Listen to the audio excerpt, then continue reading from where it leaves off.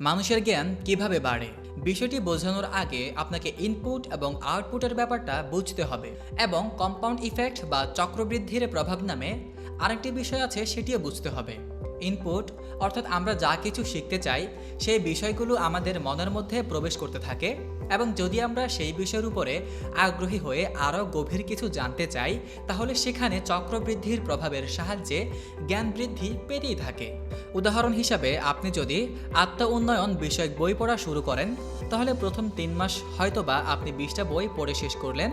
এটা হচ্ছে ইনপুট হিসেবে বইয়ের কন্টেন্টগুলো আপনার মনের মধ্যে প্রবেশ শুরু করবে, অর্থাৎ আপনার জ্ঞান আপনার মনের মধ্যে প্রবেশ করছে। এবার কম্পাউন্ড ইফেক্টের মাধ্যমে এটা বৃদ্ধি পেতে থাকবে, যেমনটি হয় এই ধারাবাহিক অঙ্কগুলোর মধ্যে, যা এক পর্যায়ে বাড়তে থাকে এবং এটি অসীম পর্যন্ত চলমান থাকে। আত্ম উন্নয়ন বিষয়ক এমন কিছু বিষয় থাকবে যা আপনার জ্ঞানের ভাণ্ডারকে পাহাড় সমতুল্য করে তুলবে, অর্থাৎ চক্রবৃদ্ধির প্রবৃদ্ধি ঘটবে।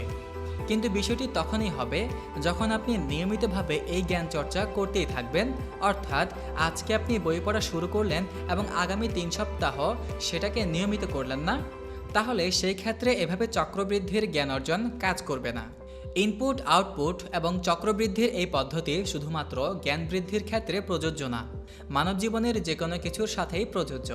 এই চক্রবৃদ্ধির প্রবৃদ্ধির কৌশলটিকে ব্যবহার করে আপনি সামাজিকভাবে, অর্থনৈতিকভাবে, রাজনৈতিকভাবে, এমনকি পারিবারিকভাবে বিভিন্ন ক্ষেত্রে আপনার উন্নতি সাধন করতে পারেন।